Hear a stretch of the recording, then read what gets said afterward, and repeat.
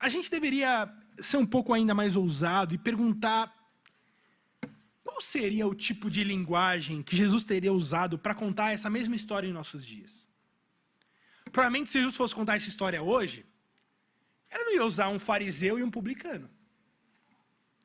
Veja, a imagem aqui é de um cidadão de bem e de um traidor na nação.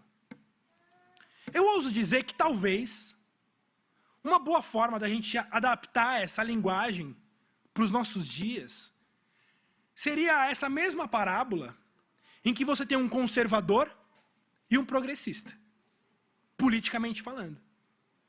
Você tem ali um cidadão de bem. O conservador, geralmente, ele se vê como um cidadão de bem. Alguém que ama a família, ama o país, ama a nação, odeia os valores morais se deturpando, odeia ver como a corrupção entra no meio da sociedade, e ele olha para si mesmo e olha para a nação corrompida e diz: eu não sou como essa nação. Essa é uma nação que despreza a família, essa nação que despreza o trabalho, despreza o que é justo. Isso é terrível. E talvez o publicano fosse o que a gente chamaria de um progressista. O progressista representado por aqueles que querem impor uma revolução moral. Muitas vezes uma revolução sexual, comportamental. A gente olha para um progressista e geralmente é alguém que parece que torce contra o país. Não é? Luta contra o país. Parece que ele trabalha e vive para que as coisas fiquem cada vez piores. Para que as coisas se deem mal. Quando surge uma notícia ruim da economia, os progressistas comemoram. Porque lutam contra a nação. Lutam contra o bem. Mas, irmãos, algo que tem me preocupado. E o grande perigo é quando a gente começa a confundir conservadorismo com cristianismo. Achando que conservadores e cristãos são a mesma coisa. Mas veja que conservadores se adequam muito a esse quadro de um fariseu. Pessoas boas, com suas famílias, com seus trabalhos, mas são pessoas que confiam em si mesmas. São pessoas que olham para o outro e desprezam o outro e dizem: obrigado, Deus, porque eu não sou como esse lixo de pessoa. Mas eu sou um homem de bem.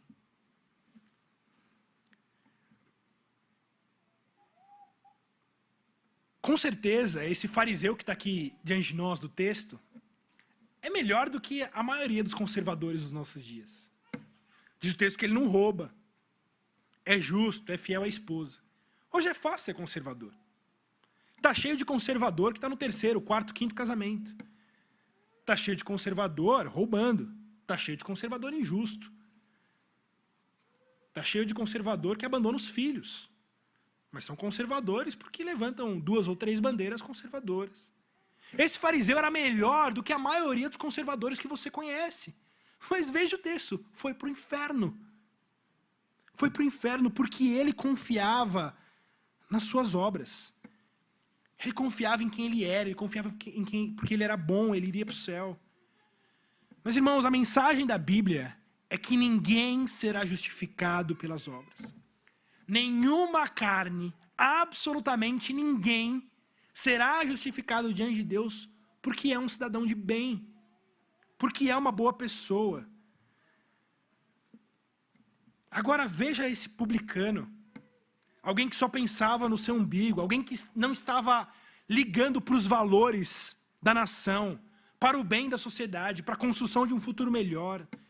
Não, ele era alguém que servia a um Estado que fiscalizava e roubava os seus compatriotas. Ele é alguém que servia aqueles que exploravam a nação, desde que ele estivesse numa boa.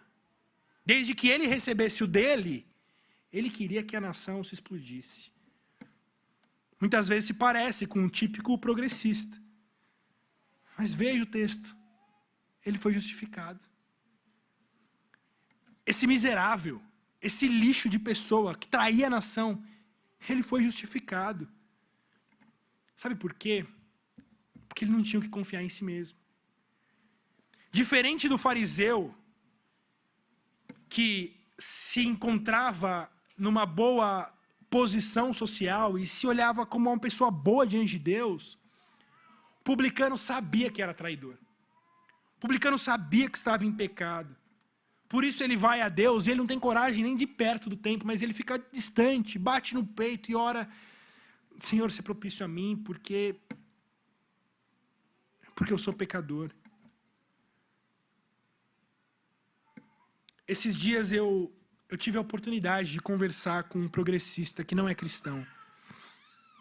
E eu preguei o evangelho para ele. E ele me disse exatamente isso. Ele falou: olha, eu creio em tudo que você está dizendo, mas para mim é muito difícil. É muito difícil seguir a Jesus. Porque é impossível seguir a Jesus e manter o meu estilo de vida. E o que eu respondi para ele foi: sim, é impossível mesmo. Mas por isso Deus está te chamando. É por isso que Cristo te chama. Cristo está dizendo que Ele pode te libertar das suas paixões, Ele pode te libertar do seu estilo de vida. E o que Ele te promete é uma alegria maior, é uma esperança muito maior. Mas sim, é impossível você seguir a Jesus mantendo o seu estilo de vida. Veja, irmãos, para um conservador dizer isso é muito mais difícil. Para um cidadão de bem olhar para si mesmo e dizer: é impossível seguir a Jesus com o meu estilo de vida, é muito mais difícil. É por isso que para um conservador, para uma pessoa boa publicamente, ir a Cristo talvez seja muito mais difícil do que para alguém que sabe, que luta contra Deus, que luta contra os valores cristãos. É curioso porque nesse mesmo capítulo, a partir do verso 25, é como se essa parábola acontecesse na prática. Se você olhar alguns versos depois, o texto vai nos contar a história do jovem rico. E o jovem rico, a gente só lembra que ele era um jovem rico, mas diz o texto que ele era um homem de posição. Provavelmente um político. Provavelmente alguém respeitado no meio do povo. Talvez um bom conservador. Alguém que era uma boa pessoa. Mas qual que era o perigo? Qual que era o erro? Confiava em si mesmo. Ele acreditava ser uma boa pessoa. E aí ele chega a Jesus, então, querendo confirmação de que ele era uma boa pessoa. Senhor, eu sou uma boa pessoa, não sou? Não roubo, não mato, obedeço meus pais, faço absolutamente tudo o que a tua lei manda. Mas se você conhece a história, em pouquíssimas palavras, Jesus mostra que aquele homem era um idólatra. Que adorava o dinheiro que ele tinha. E Jesus mostra para ele que era impossível seguir a Jesus com o estilo de vida que ele tinha.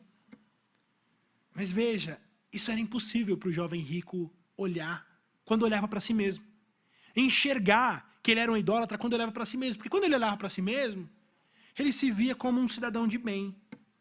E aquele jovem vai embora triste. E Jesus olha para os seus discípulos e diz: é mais fácil passar um camelo pelo fundo de uma agulha do que entrar um rico no reino dos céus. Irmãos, com todo cuidado, eu ouso dizer de que da mesma forma é muito mais fácil passar um camelo pelo fundo de agulha do que um conservador entrar no reino de Deus. Porque são pessoas que confiam em si mesmas. Com todo cuidado, eu digo que um progressista anticristão está mais próximo do reino de Deus do que um típico conservador evangélico, que acredita ser uma boa pessoa, que acredita que vai para o céu porque é uma boa pessoa. Veja, irmãos, eu não quero que vocês me entendam mal. Eu sou um conservador. Eu me considero um conservador. Eu realmente me alinho ao que se entende de forma geral como um conservador antirrevolucionário. Alguém que valoriza a família, o espírito patriótico, os valores morais. Alguém que não acredita que o Estado seja o salvador da nação, nem uma boa entidade para cuidar das nossas vidas particulares. Obtendo e tendo essas posições, eu sou enquadrado como um conservador político. E eu também acho que o progressismo político está completamente errado. E ele é anticristão na sua essência. Mas algo que tem me preocupado muito ultimamente é como que muitas pessoas acreditam que estão em Deus simplesmente por serem conservadoras. Muitas pessoas acham que vão para o céu porque são bons cidadãos. Muitas pessoas acham que estão em Cristo porque valorizam a família, o trabalho e a nação.